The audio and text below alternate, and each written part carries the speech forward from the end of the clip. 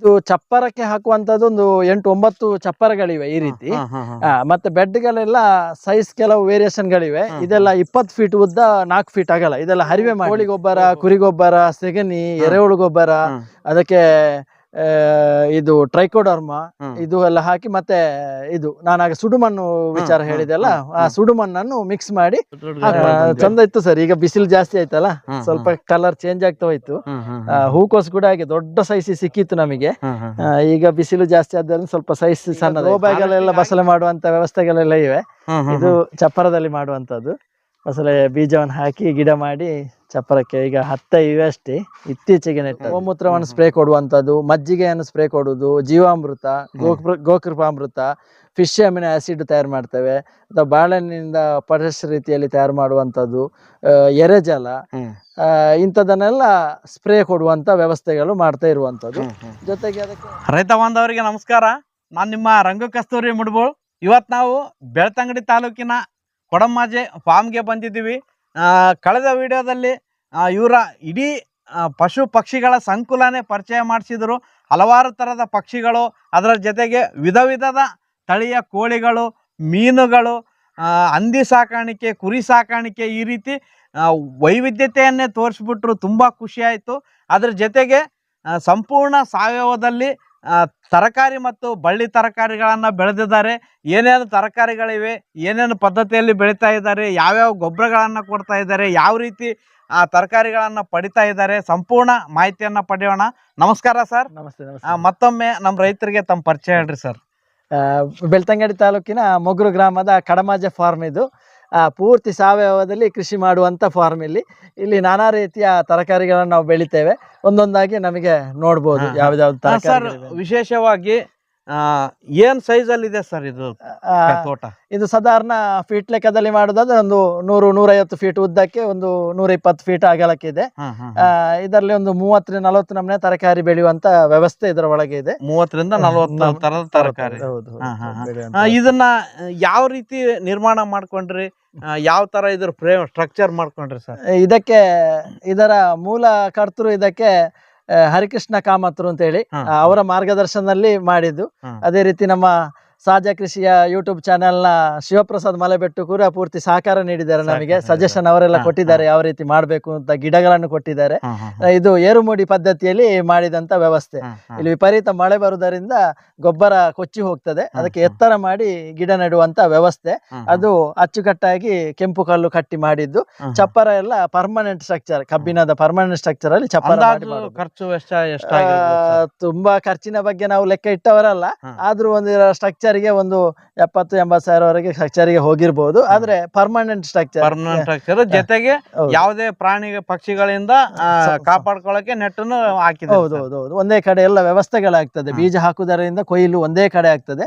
ದಿವಸದಲ್ಲಿ 1 ಗಂಟೆ 2 ಗಂಟೆ ಹೊತ್ತು ಕೆಲಸ ಮಾಡಿದ್ರೆ ಇದರ ಕೆಲಸ ಸಕ್ಸಸ್ ಆಯ್ತು. 30-40 ತರಕಾರಿಯನ್ನು ಒಂದು ಗಂಟೆ ಹೊತ್ತು ಸಮಯ ಕೊಟ್ಟರೆ ಎಲ್ಲದನ್ನು ಬೆಳೆಸಬಹುದು, ಕೆಲಸ ಮಾಡಬಹುದು. ಒಂದು ಖುಷಿ ಇದೆ ಸರ್ ಇದರಲ್ಲಿ.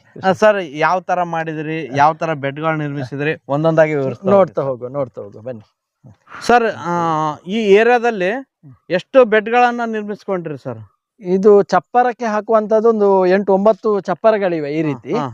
ಮತ್ತೆ ಬೆಡ್ಗಳೆಲ್ಲ ಸೈಜ್ ಕೆಲವು ವೇರಿಯೇಷನ್ ಗಳಿವೆ. ಇದೆಲ್ಲ 20 ಫೀಟ್ ಉದ್ದ, 4 ಫೀಟ್ ಅಗಲ. ಇದೆಲ್ಲ ಹರಿವೆ ಮಾಡ್ಲಿಕ್ಕೆ ಸೊಪ್ಪು ತರಕಾರಿ ಮಾಡುವಂತ ಬೆಡ್ಗಳು ಇವೆಲ್ಲ. 20 ಫೀಟ್ ಉದ್ದ 4 ಫೀಟ್ ಅಗಲ. 4 ಫೀಟ್ ಅಲ್ಲಿ ಅಗಲದಲ್ಲಿವೆ. ಇದೆಲ್ಲ ಕಲ್ಲುಗಳು ಜೋಡಿಸ್ಕೊಂಡು ಮಣ್ಣು ಎತ್ತರ ಹಾಕಿ ಗೊಬ್ಬರ ಮಿಶ್ರಿತ ಮಣ್ಣು ಹಾಕುದು. ಇದಕ್ಕೆ ಯಾವ ತರ ಫಿಲ್ ಮಾಡ್ರಿ ಸರ್? ನಾವು ಕೋಳಿ ಗೊಬ್ಬರ, ಕುರಿ ಗೊಬ್ಬರ, ಸೆಗಣಿ, ಎರೆಹುಳು ಗೊಬ್ಬರ, ಅದಕ್ಕೆ ಇದು ಟ್ರೈಕೋಡರ್ಮ ಇದು ಎಲ್ಲ ಹಾಕಿ, ಮತ್ತೆ ಇದು ನಾನಾಗ ಸುಡುಮಣ್ಣು ವಿಚಾರ ಹೇಳಿದೆಲ್ಲ, ಆ ಸುಡುಮಣ್ಣನ್ನು ಮಿಕ್ಸ್ ಮಾಡಿ ಹಾಕುವಂಥದ್ದು. ಬೆಡ್ಡಿಗೆ ಹಾಕಿದ್ಮೇಲೆ ಸಸಿ ಬೀಜ ನಾಟಿ ಮಾಡುದು, ಅಥವಾ ಸಸಿ ಮಾಡಿ ಸಸಿಯನ್ನು ನಾಟಿ ಮಾಡುವಂತ ವ್ಯವಸ್ಥೆಗಳಲ್ಲಿ.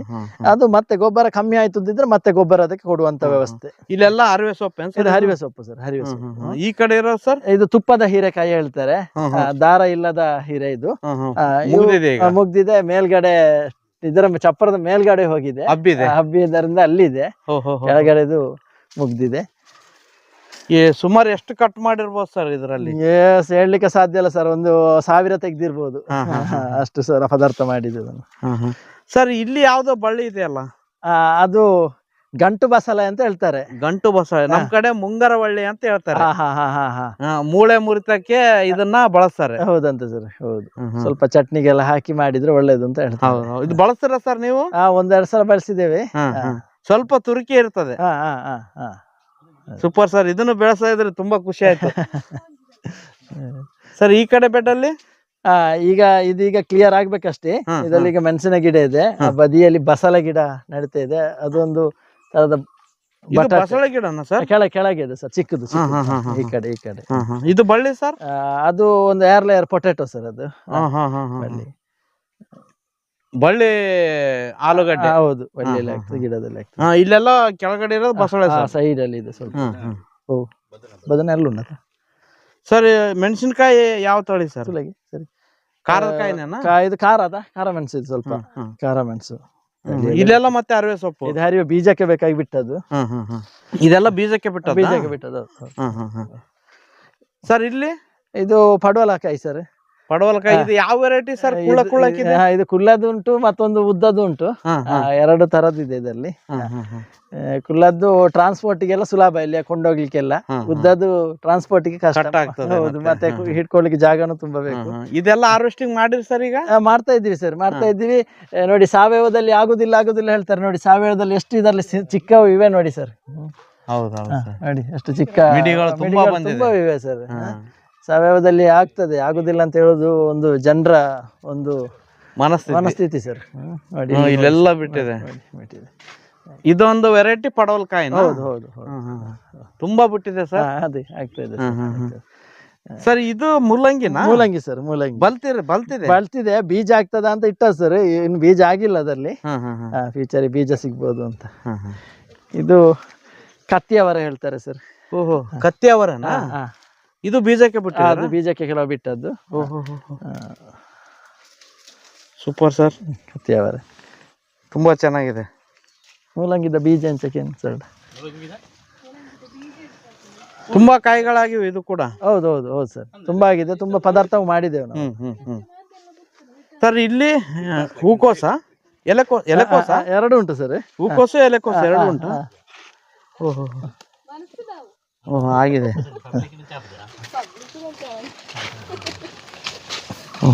ತುಂಬಾ ದೊಡ್ಡ ಚಂದ ಇತ್ತು ಸರ್. ಈಗ ಬಿಸಿಲು ಜಾಸ್ತಿ ಆಯ್ತಲ್ಲ, ಸ್ವಲ್ಪ ಕಲರ್ ಚೇಂಜ್ ಆಗ್ತಾ ಹೋಯ್ತು. ಹೂಕೋಸು ಕೂಡ ಹಾಗೆ ದೊಡ್ಡ ಸೈಜ್ ಸಿಕ್ಕಿತ್ತು ನಮಗೆ. ಈಗ ಬಿಸಿಲು ಜಾಸ್ತಿ ಆದ್ರಿಂದ ಸ್ವಲ್ಪ ಸೈಜ್ ಸಣ್ಣದಾಯ್ತು. ಹಾರ್ವೆಸ್ಟಿಂಗ್ ಆಗಿದೆ ಸರ್, ಬೇಕಾದಷ್ಟು ಮಾಡಿ ಆಗಿದೆ. ಲಾಸ್ಟ್ ಇದು ಕೊಯ್ಲು. ಆ ಕಡೆ ಇರೋ ಬಳ್ಳಿ ಸರ್? ಅದು ಚೀನಿಕಾಯಿ ಸರ್. ಚೀನಿಕಾಯಿ ಆಗಿ ಮುಗಿಯಿತು. ಸಿಹಿ ಚೀನಿ, ಅದನ್ನ ಗಿಡ ಹಾಕ್ಬೇಕಷ್ಟೇ. ಇಲ್ಲಿ ಹೀರೆ ಇತ್ತಾ? ಹೀರೆ ಇತ್ತು. ಹೀರೆನೆ ಒಮ್ಮೆದು ಮುಗಿಯಿತು. ಈಗ ಎರಡನೇದು ಮತ್ತೆ ಸುರೆ ಬಳ್ಳಿ ಹಾಕಿದೆ. ಇಲ್ಲಿ ಕೆಳಗಡೆ ಇರೋ ಸರ್? ಸುರೆ ಹೇಳ್ತಾರಲ್ಲ, ಸುರೆ. ಇದು ಸರ್ ಶೇಂಗಾನ? ಹೌದು, ಶೇಂಗಾ. ಎಷ್ಟು ಚೆನ್ನಾಗಿ ಬಂದಿದೆ ಸರ್. ತುಂಬಾ ಚೆನ್ನಾಗಿ ಬಂದಿದೆ. ಈ ಕಡೆ ಪ್ಲಾಟ್ ಅಲ್ಲಿ ಸರ್ ಇದು ಬದನೆ. ಯಾವ ಬದನೆ ಅಂತ? ಗುಳ್ಳ ಬದನೆ ಸರ್ ಇದು. ಓಹೋ, ಗುಳ್ಳ ಬದನೆ. ನಿಮ್ ಕಡೆ ಫೇಮಸ್ ಅಲ್ಲ ಸರ್ ಇದು ಗುಳ್ಳ? ನಿಮ್ ಕಡೆ ನಮ್ ಕಡೆ ಫೇಮಸ್ ಸರ್. ಇಷ್ಟು ದೊಡ್ಡದಾಗುತ್ತಾ ಸರ್? ಆಗುತ್ತೆ ಸರ್, ಸಿಕ್ಕಾಪಟ್ಟೆ ದೊಡ್ಡದ. ಅದೊಂದು 1/2-3 kg ಇರ್ಬೋದು. ಸೂಪರ್ ಅಲ್ಲ ಸರ್? ಇಷ್ಟು ದೊಡ್ಡದು ಫಸ್ಟ್ ಟೈಮ್ ನೋಡ್ತಾ ಇರೋದು. ಗುಳ್ಳ ಬದನೆ ಅಂದ್ರೆ ಚಿಕ್ಕ ಚಿಕ್ಕ ಇರ್ತಾವ ಅನ್ಕೊಂಡಿದ್ದೆ ನಾನು. ದೊಡ್ಡ ಗುಳ್ಳ ತುಂಬಾ ಚೆನ್ನಾಗಿದೆ. ಇದು ಸೂರ್ಯಕಾಯಿ ಸರ್. ಸೂರ್ಯಕಾಯಿ ಇದನ್ನು ಆಯ್ತು, ಚಪ್ಪರಕ್ಕೆ ಸಮಯ ಆಯ್ತು. ಬಳ್ಳಿ ಪ್ರಾಯ ಆಯ್ತು, ಬಳ್ಳಿಗೆ ವಯಸ್ಸಾಯ್ತು. ಸೋರೆಕಾಯಿ ಹೌದು. ಇದು ಬೀಜಕ್ಕೆ ಬಿಟ್ಟದ್ದ? ಅದು ಒಂದೆರಡು ಬೀಜಕ್ಕೆ ಬಿಟ್ಟದ್ದು. ಸಂದು ತೆಗಿಬಹುದು, ಪದಾರ್ಥ ಮಾಡ್ಬೋದು ಸರ್.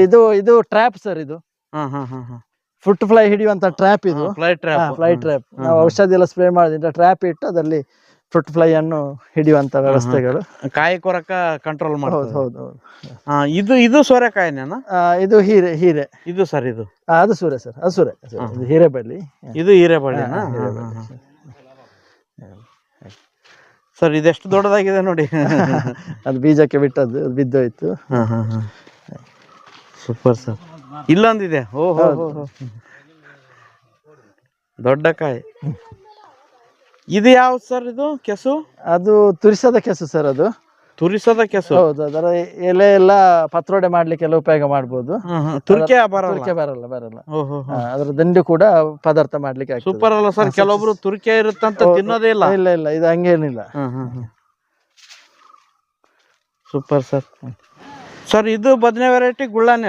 ಅದೇ ತರ ಸರ್, ಸೇಮ್ ಮಂಗಳೂರು ಗುಳ್ಳ ಅದು. ತುಂಬಾ ಹೂ ಬಿಟ್ಟಿದೆ ಇದು. ಬಿಡ್ತಾ ಇದೆ ಸರ್, ಆಗ್ತಾ ಇದೆ. ಇಲ್ಲಿ ಹೀರೆ ಇತ್ತೇನ್ ಸರ್? ಮುಂಚೆ ಸಲ ಇತ್ತು, ಮುಂಚೆ ಸಲ ಇಲ್ಲಿ ಇಲ್ಲ ಪಡವಲಕಾಯಿ ಇತ್ತು. ಈ ಸಲ ಇದು ಸಣ್ಣ ಸೂರ್ಯಕಾಯಿ, ಇದು ಸಣ್ಣ ಸಣ್ಣದು. ಇಲ್ಲಿ ತುಪ್ಪದ ಹೀರೆ ಇದೆ. ತುಪ್ಪದ ಹೀರೆ ಆ ಕಡೆಯಿಂದ ಬಳ್ಳಿ ಬಂದದ್ದು ಸರ್, ಆ ಕಡೆಯಿಂದ ಕನೆಕ್ಟ್ ಮಾಡಿದ್ದ ನಮ್ದು. ಸರ್ ಇಲ್ಲಿರೋ ಬದನೆ ಯಾವುದು? ಯಾವುದು ಇದು? ಇದನ್ನು ಸೇಮ್ ಸರ್, ಮಂಗಳೂರು ಗುಳ್ಳ ಬದನೆ. ಮಂಗಳೂರು ಬದನೆ ಅದು. ಮಂಗಳೂರು ಬದನೆ ಎಲ್ಲ ಮುಗಿದಿದೆ ಈಗ? ಮುಗ್ದಿದೆ ಸರ್. ಇದು ಬೀಜಕ್ಕೆ ಬಿಟ್ಟದ್ದು? ಬೀಜಕ್ಕೆ ಬಿಟ್ಟಿದ್ದು ಕೆಲವು. ದೊಡ್ಡ ದೊಡ್ಡ ಸೈಜು ಸರ್. ಈಗ ಚಿಕ್ಕ ಕರ್ಬೂಜ ಬರುತ್ತಲ್ಲ ಆ ಸೈಜ್ ಇದೆ. ಮಂಗಳೂರು ಬದನೆ. ಹೌದು. ಒಳ್ಳೆ ಕಲರ್ ನೋಡಿ ಯಾವ ತರ ಇದೆ ಸರ್. ಇದು ಯಾವ ಬದನೆ? ಇದು ಉದ್ದ ಬದನೆ ಸರ್. ಉದ್ದ ಬದನೆ. ಇದು ತುಂಬಾ ಬಿಡ್ತದೆ? ಇದು ಬಿಡುತ್ತೆ ಸರ್, ಜಂಪೆ ಬಿಡುತ್ತೆ. ಇದು ಇದನ್ನ ಬೀಜಕ್ಕೆ ಬಿಟ್ಟದು ಇದೆ, ಕೊಯ್ಲಿಕ್ಕೆ ಇದೆ ಇದರಲ್ಲಿ. ಇದೆಲ್ಲ ಈ ಸೈಜ್ ಅಲ್ಲಿ ಇದ್ದಾಗ ಕಟ್ ಮಾಡ್ಬೇಕು. ಇನ್ನು ಸ್ವಲ್ಪ ದೊಡ್ಡದಾಗುತ್ತೆ ಸರ್, ದೊಡ್ಡ ಸೈಜ್ ಕಟ್ ಮಾಡಿ. ಇದೆಲ್ಲ ಕಟ್ ಮಾಡೋ ಸೈಜ್. ಇದೆಲ್ಲ ಈಗ ಬಳಸಕ್ಕೆ ರೆಡಿ ಇದೆ. Super sir. ಇಲ್ಲೆಲ್ಲ ಅದೇ ಬದನೆನಾ? ಹೌದು ಸರ್. ತುಂಬಾ ಬಿಟ್ಟಿದೆ ಸರ್.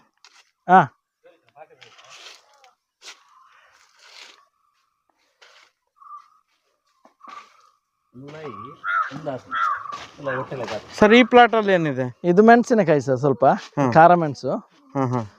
ಖಾರ ಮೆಣಸು. ಹೌದೌದು. ನಿಮ್ಮ ಲೋಕಲ್ ವೆರೈಟಿನ?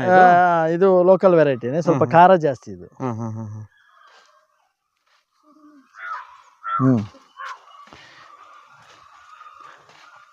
ಇದು ಕಟ್ಟಿಗೆಲಿಂದ ಒಂಥರ ಫ್ರೇಮ್ ಮಾಡಿದ್ರಲ್ಲ ಸರ್? ಅದು ಬಸಳೆಗೆ ಸರ್, ಬಸಳೆಗೆ ಚಪ್ಪರ ಮಾಡಿದ್ದು. ಬೇರೆ ಬೇರೆ ರೀತಿಯಲ್ಲಿ ಈಗ ಗ್ರೋ ಬ್ಯಾಗ್ ಅಲ್ಲೆಲ್ಲ ಬಸಳೆ ಮಾಡುವಂತ ವ್ಯವಸ್ಥೆಗಳೆಲ್ಲ ಇವೆ. ಇದು ಚಪ್ಪರದಲ್ಲಿ ಮಾಡುವಂತದ್ದು.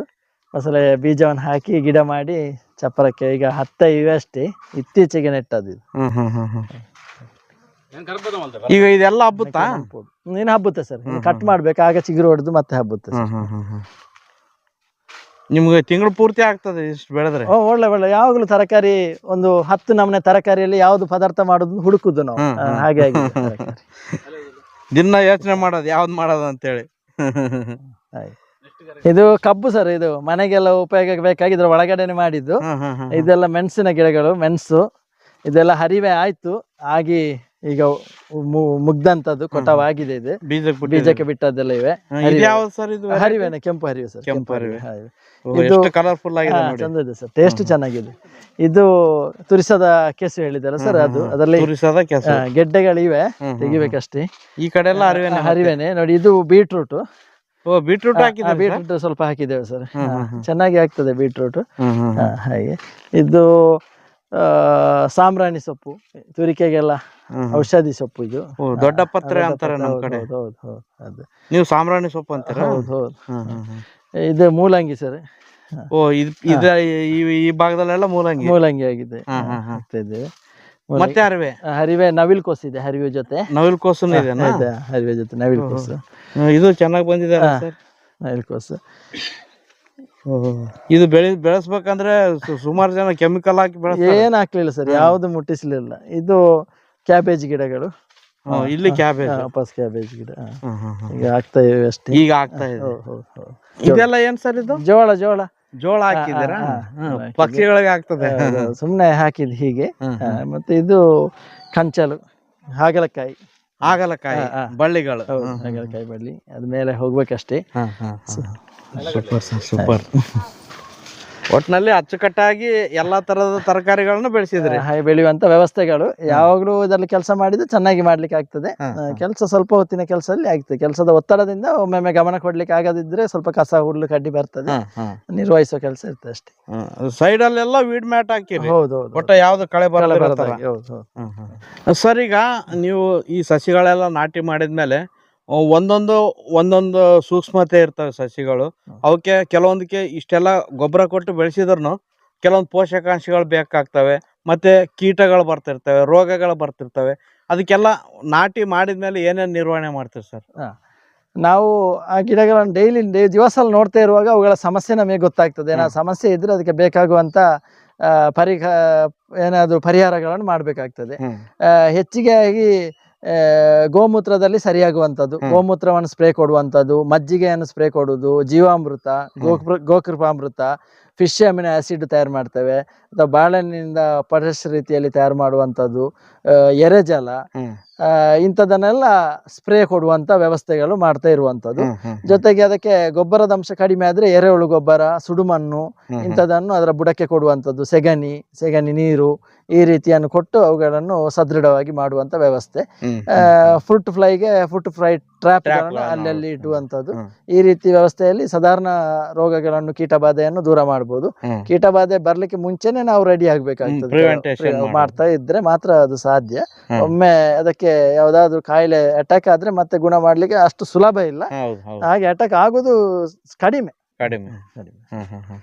ವಿಶೇಷವಾಗಿ ತರಕಾರಿಗೆ ಎರೆಜಲ ಅಂದ್ರೆ ಒಂದು ಉತ್ತಮ ಔಷಧ ಅಂತ ಹೇಳ್ಬೋದು. ಎಲ್ಲ ತರದ ಪೋಷಕಾಂಶಗಳು ಕೊಡ್ತದೆ, ಜೊತೆಗೆ ಕಾಯಿಗಳ ಶೈನಿಂಗ್ ಆಗ್ಲಿ, ಗಾತ್ರ ಆಗ್ಲಿ ತುಂಬಾ ಚೆನ್ನಾಗಿ ಬರ್ತದೆ. ಸರ್, ಅಂದಾಜು ನೀವು ಇದು ಶುರು ಮಾಡಿ ಎಷ್ಟು ವರ್ಷ ಆಯ್ತು ಸರ್? ಈಗ 2ನೇ ವರ್ಷ ಸರ್. 2ನೇ ವರ್ಷ. ಅಂದಾಜು ಎಷ್ಟು ತರಕಾರಿ ಕಡ್ದಿರ್ಬೋದು ಸರ್? ನಾವು ಇಲ್ಲದಿದ್ರೆ ವಾರಕ್ಕೆ ನಮಗೆ ಒಂದು 12-15 ಸಾವಿರ ರೂಪಾಯಿಯ ತರಕಾರಿ ನಮಗೆ ಬೇಕಾಗ್ತಿತ್ತು. ಅಂದ್ರೆ ನಾವು ಒಂದು 30-35 ಜನರಿಗೆ ತರಕಾರಿ ಅಡಿಗೆ ಮಾಡುವಂತದ್ದು. 35 ಜನ ಇದ್ರೆ ಸರ್, ಲೇಬರ್ ಎಲ್ಲ ಸೇರುವಾಗ. ಈಗ ಅಂತದ್ರಲ್ಲಿ ನಮಗೆ ತರಕಾರಿ ಹೊರಗಿಂದ ತರುವ ವ್ಯವಸ್ಥೆ ಇಲ್ಲ. ನಮ್ಮ ಹತ್ರ ಸ್ವಲ್ಪ ಉಳಿಕೆ ಆಗ್ತದೆ, ಅದನ್ನು ನಾವು ಬೇರೆಯವರಿಗೆ ಕೊಡುವಂತ ವ್ಯವಸ್ಥೆಯನ್ನು ಮಾಡ್ತಾ ಇರ್ತೇವೆ. ಇದ್ದಾಗ ಕೊಡುವಂತದ್ದು. ನಮ್ಮ ಸ್ನೇಹಿತರು ಕೇಳ್ತಾರೆ ಸಾವಯವ ತರಕಾರಿ ಯಾವ್ದು ಉಂಟು ಅಂತ, ಕೇಳಿದವರಿಗೆ ನಮ್ಮ ಹತ್ರ ಯಾವ್ದು ಉಂಟು ಅದನ್ನು ಕೊಡುವಂತದ್ದು. ಈ ವರ್ಷ ಟೊಮೆಟೊನು ನಾವು ತುಂಬಾ ಬೆಳೆದಿದ್ದೆವು. ಈ ಟೊಮೆಟೊನು ನಾವು ಕೊಡುವಂತ ವ್ಯವಸ್ಥೆಗೆ ಹೋದೆವು. ಆದ್ರೆ ನಮ್ಮ ಹತ್ರ ಎಕ್ಸಸ್ ಅದನ್ನು ಕೊಡುವುದಷ್ಟೇ. ಆ ರೀತಿ ಒಟ್ನಲ್ಲಿ ನೀವು ಸಾವಯವ ಆಹಾರ ತಿನ್ನೋದಲ್ಲದೆ ನಿಮ್ಮ ಹತ್ರ ಕೆಲಸ ಮಾಡೋರಿಗೂ ಉತ್ತಮ ಆಹಾರನ ಕೊಡ್ತಾ ಇದ್ರಿ. ಖಂಡಿತ ಸರ್, ಅದೆಲ್ಲ ಖುಷಿ ಇದೆ ಸರ್ ನಮಗೆ. ತುಂಬಾ ಗ್ರೇಟ್ ಸರ್. ಯಾಕಂದ್ರೆ ನಾವು ತಿನ್ನೋದಕ್ಕಿಂತ ಇನ್ನೊಬ್ರಿಗೆ ತಿನ್ಸೋದ್ರಲ್ಲಿ ತುಂಬಾ ಖುಷಿ ಇರ್ತದೆ ಸರ್. ಅವರು ಕೂಡ ಖುಷಿಯಿಂದ ನಿಮ್ಮ ಹತ್ರ ಕೆಲಸ ಮಾಡ್ತಾರೆ, ಅವರು ಆರೋಗ್ಯವಾಗಿರ್ತಾರೆ, ನಿಮ್ ಕೆಲಸನೂ ಸುಗಮವಾಗಿರ್ತದೆ ಸರ್. ತುಂಬಾ ಉತ್ತಮವಾದ ಮಾಹಿತಿ ನೀಡಿದಿರಿ ಸರ್. ಹಿಂಗೆ ನಿಮ್ ಕೃಷಿಯಲ್ಲಿ ಇನ್ನೂ ಅಭಿವೃದ್ಧಿ ಆಗ್ಲಿ, ನಮ್ಗೆ ಮತ್ತೊಮ್ಮೆ ಬರೋಕೆ ಅವಕಾಶ ಮಾಡಿಕೊಡಿ. ಹೊಸ ಆವಿಷ್ಕಾರಗಳು ಮಾಡಿ ನಿಮ್ಮಿಂದ ಹಲವಾರು ರೈತರಿಗೆ ಅನುಕೂಲ ಆಗ್ರಿ. ಈಗಾಗಲೇ ನೀವು ಈ ಭಾಗದಲ್ಲಿ ಉತ್ತಮ ಕೃಷಿಯನ್ನ ಮಾಡ್ತಾ ಇದ್ದೀರಿ, ಎಲ್ಲ ರೈತರಿಗೂ ಮಾದರಿಯಾಗಿದ್ದೀರಿ. ಮುಂದಿನ ದಿನಗಳಲ್ಲಿ ಕೂಡ ಸುಮಾರು ಜನರಿಗೆ ನಿಮ್ಮಿಂದ ಅನುಕೂಲ ಆಗಲಿ ಅಂತ ಆಶಿಸ್ತಾ ನಮಸ್ಕಾರಗಳು ಸರ್. ನಮಸ್ತೆ ಸರ್, ನಮಸ್ತೆ. ನಮ್ದು ಆಶಯ ಅಷ್ಟೇ, ನಿಮ್ಮ ಚಾನಲ್ ಅಲ್ಲಿ ನೋಡಿ ಇನ್ನಷ್ಟು ಯುವಕರು ಕೃಷಿ ಹತ್ತ ಬರಲಿ, ಇನ್ನಷ್ಟು ಮಣ್ಣನ್ನು ರಕ್ಷಿಸುವಂತ ಕೆಲಸ ಆಗಲಿ, ನೈಸರ್ಗಿಕ ಕೃಷಿ, ಆರ್ಗ್ಯಾನಿಕ್ ಕಲ್ಟಿವೇಶನ್ಗೆ ಜನರು ಮುಖ ಮಾಡಲಿ, ವಿಷಮುಕ್ತ ಆಹಾರವನ್ನು ಜನರು ತಿನ್ನಲಿ ಅಂತ ಹೇಳೋದು ನಮ್ಮ ಆಶಯ. ನಿಮ್ಮ ಮುಖಾಂತರ ಆ ಆಶಯ ಈಡೇರಲಿ ಅಂತ ನಾವು ಭಗವಂತನಲ್ಲಿ ಪ್ರಾರ್ಥಿಸ್ತೇವೆ ಸರ್. ನಮಸ್ಕಾರಗಳು ಸರ್. ತುಂಬಾ ಧನ್ಯವಾದಗಳು. Thank you sir.